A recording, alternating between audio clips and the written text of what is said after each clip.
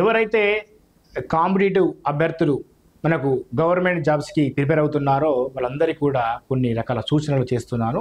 So అందులో భాగంగా మొదటిది ఏంటంటే డెడికేషన్. సో డెడికేషన్ అనేది ఖచ్చితంగా మీ అందరికీ ఉండాలి.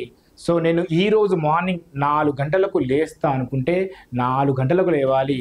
సో మీరు చదవాలి. ఆ డెడికేషన్ మీ ఉన్నంత కాలం ఖచ్చితంగా మీరు ఏదో ఒక జాబ్ని ఖచ్చితంగా మీరు కొట్టేస్తారు. సో ఇక్కడ నేను కొన్ని రకాల నిబంధనలు చెప్తున్నాను, చూడండి ఒకసారి అందరూ కూడా. సో ఒకటి ఏంటంటే ఫస్ట్ మీరు మార్నింగ్ 4కి లేస్తారా 5కి లేస్తారా అనేది ఫస్ట్ డిసైడ్ కావండి. సో ఎగ్జాంపుల్ ఒక 4:30కి మీరు మార్నింగ్ లేసారనుకోండి, 4:30 నుండి ఒక 5 వరకు మీ యొక్క పర్సనల్ అన్ని కార్యక్రమాలు చేసుకున్న తర్వాత సో 5 నుంచి ఖచ్చితంగా ఒక 2.5 అవర్స్ లేదా 3 అవర్స్ ఖచ్చితంగా మార్నింగ్ టైంలో చదవండి. మార్నింగ్ టైంలో మీకు సబ్జెక్టు మీకు ఏదైతే ఈజీ ఉందో, మీకు ఏదైతే సబ్జెక్ట్ ఎక్కువ వస్తుందో అదే సబ్జెక్ట్ చదవండి. అంటే మార్నింగ్ చదివేటప్పుడు మీకు సబ్జెక్టు పాజిటివ్గా ఉండాలి. నెగిటివ్గా సబ్జెక్టు వేరే పట్టి మ్యాథ్స్ పట్టడం వల్ల మీరు డే అంతా నెగిటివ్గా ఫీల్ అవుతారు. సో కాబట్టి మార్నింగ్ టైంలో మీరు ఏం చేస్తారంటే సబ్జెక్టు మీకు వచ్చిన సబ్జెక్టుని ఒక కంటిన్యూషన్ చేయండి. అలా డైలీ 3 అవర్స్ మార్నింగ్ టైంలోనే ప్రిపరేషన్ అయిపోవాలి. ఆ తర్వాత మీరు ఒకవేళ కోచింగ్కి వెళ్తే వీళ్ళు డే మొత్తంలో కోచింగ్ ఉంటారు కాబట్టి మళ్ళీ మీకు ఎలాంటి అవసరం లేదు. కానీ కోచింగ్ లేని వాళ్ళకు ఎవరైతే స్టడీ హాలల్లో కానీ లైబ్రరీలో ప్రిపేర్ అవుతున్నారో వారు ఏం చేయాలంటే మళ్ళీ మీ బ్రేక్ఫాస్ట్ తర్వాత మళ్ళీ కంటిన్యూగా మళ్ళీ 2 అవర్స్ కూర్చోవాలి. ఆఫ్టర్ బ్రేక్ఫాస్ట్ తర్వాత ఒక 2 అవర్స్ కంటిన్యూ కూర్చోవాలి. అప్పుడు మార్నింగ్ చదివిన సబ్జెక్టు కాకుండా ఇంకా వేరే సబ్జెక్టు తీసుకొని మీకు ఏదైతే హార్డ్ ఉందో ఆ సబ్జెక్ట్ తీసుకొని డే మొత్తం ఒకటే చదవాలి. అంటే మార్నింగ్ చదివే సబ్జెక్టు వేరు, డే మొత్తం సబ్జెక్ట్ చదివి వేరు. డే మొత్తంలో మార్నింగ్ టైంలో కాకుండా ఆఫ్టర్ బ్రేక్ తర్వాత టిఫిన్ తర్వాత మళ్ళీ ఒక 2 అవర్స్ చదవండి. ఆ తర్వాత ఒక టీ కానీ మళ్ళీ తీసుకుంటారు. ఆ తర్వాత మళ్ళీ ఒక 2 అవర్స్ చదవండి. అంటే మీరు మార్నింగ్ సెక్షన్లో ఒక 3 అవర్స్, ఆ తర్వాత మీరు మరొక 4 అవర్స్ అనేది ఇక్కడ మీరు చదువుతున్నారు. సో ఆల్మోస్ట్గా మీకు 7 అవర్స్ చదువుతున్నారు. సో ఆల్మోస్ట్గా మీరు పర్ఫెక్ట్గా మీకు టైం టేబుల్ సెట్ అవుతుంది. ఆ తర్వాత ఆఫ్టర్ లంచ్ టైం తర్వాత జస్ట్ ఒక 1 అవర్ లేదా ఒక హాఫ్ 1 అవర్ ఖచ్చితంగా రెస్ట్ తీసుకోండి. అంటే మీరు నిద్రపోండి. ఇలా నిద్రపోవడం వల్ల మీరు మార్నింగ్ అని చదివిన దానికి బ్రెయిన్ రెస్ట్ తీసుకుంటుంది. అలాగే మీరు ఈవినింగ్ టైంకి రిలాక్సేషన్ అవుతుంది. సో అలా మీరు 2 to 3 ఆ టైంలో మీరు నిద్ర వెళ్ళండి. ఆ తర్వాత 3:30 అక్కడ నుంచి మళ్ళీ ప్రిపరేషన్ స్టార్ట్ చేయండి. అలా 3:30 నుంచి మళ్ళీ ఎగ్జాక్ట్గా 2.5 అవర్స్ ఖచ్చితంగా మళ్ళీ స్టడీలో కూర్చోండి. సబ్జెక్ట్ ఏదైతే మార్నింగ్ చదివారో అంటే మీరు బిఫోర్ బ్రేక్ తర్వాత చదివారో అదే సబ్జెక్ట్ తీసుకొచ్చి మళ్ళీ అక్కడ చదవండి.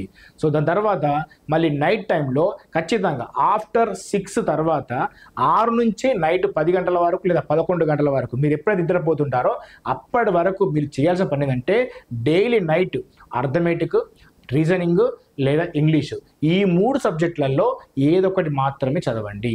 డే టైంలో జిఎస్, నైట్ టైంలో అర్థమెటిక్, రీజనింగ్, ఇంగ్లీష్ ఏదో ఒకటి చదవండి. ఇలా చేయడం వల్ల మీకు హార్డ్ సబ్జెక్టు, ఈజీ సబ్జెక్టు అన్నీ కూడా కవర్ అవుతాయి. సో రోజుకి మినిమము 10 నుంచి 11 గంటలు ఖచ్చితంగా ప్రిపరేషన్లో ఉండండి.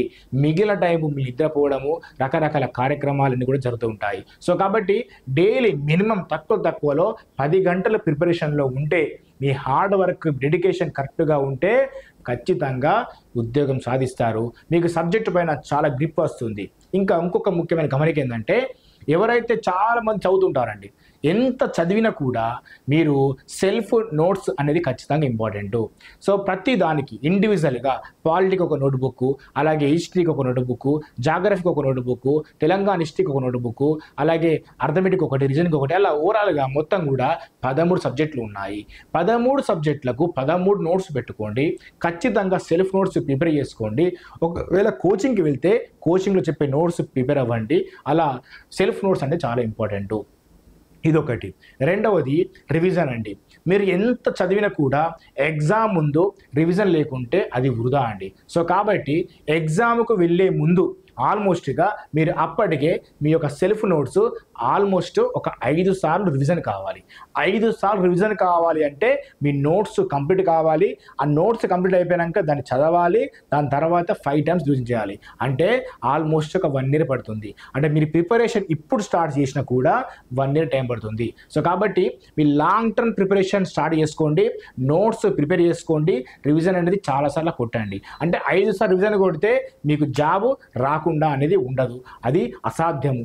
ఏ పేజీలో ఏది ఉందో కూడా ఖచ్చితంగా మీకు మైండ్లో ఉంటుంది. సో నోట్స్ అనేది మీకు ఉండడం వల్ల ఎగ్జామ్లో చాలా ప్లస్ పాయింట్ అవుతుంది. అది ఒకటి గుర్తుంచుకోండి.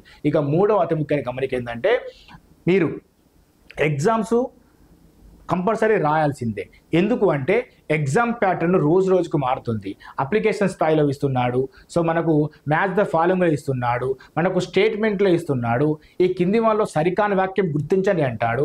సో రకరకాల ఓన్ వర్డ్స్లో క్వశ్చన్ ఇస్తున్నాడు. కాబట్టి మీరు కంపల్సరీ ఏం చేయాలి అంటే మీరు ప్రిపరేషన్ అయిపోయింది సార్, మరి రివిజన్ అయిపోయింది, అప్పుడు మీరు చేయాల్సింది ఏమంటే టాపిక్ వైజ్ ఎగ్జామ్స్ రాయాలి. ఈ టాపిక్ వైజ్ ఎగ్జామ్స్ ఎవరైతే రాస్తారో సో వారు విజేతలు అవుతారు. ఒక్కనికే మాకు తెలిసిన ఒక మిత్రుడికి ఒక 4 జాబ్స్ వచ్చాయండి. ఇంకొక మిత్రుడికి 6 ఉద్యోగాలు వచ్చినాయండి. ఇంకొక మిత్రునికి 4 లేదా 3 వచ్చాయండి. సో ఇలా చూస్తే ఒక్కనికే 4 జాబులు ఎట్లా వస్తున్నాయి, ఒకనికే 3 వస్తున్నాయి అంటే మనకు ఒక్క జాబు రావట్లేదు కదా అంటే దానికి అలా ప్రధాన కారణం ఏంటంటే మన దగ్గర ఉన్న ఫెయిల్యూర్. అది ఏంటిదమ్మంటే సెల్ఫ్ నోట్స్ లేకపోవడం, రివిజన్ లేకపోవడం, మూడవది దానికి తగ్గట్టుగా గ్రాండ్ టెస్ట్ రాకపోవడం. గ్రాండ్ టెస్ట్ల బదులు టాపిక్ వైజ్ టెస్ట్లు. ప్రతి సబ్జెక్టులో కొన్ని టాపిక్స్ ఉంటాయి. ఆ టాపిక్ వైజ్ ఎగ్జామ్స్ రాస్తే మీకు సబ్జెక్టు పైన ఓవరాల్ గ్రిప్ వస్తుంది. ఎక్కడ మిస్టేక్ చేస్తున్నామో తెలుస్తుంది. ఆ మిస్టేక్ దాన్ని సరి చేసుకుంటే మళ్ళీ నెక్స్ట్ మళ్ళీ రివిజన్ చేస్తే అక్కడ సబ్జెక్టు అనేది మీ మైండ్ నుంచి ఎటు పోదు. సో ఇవి 3 చేయండి. ఆ తర్వాత ఓవరాల్ గ్రాండ్ టెస్ట్ రాయండి.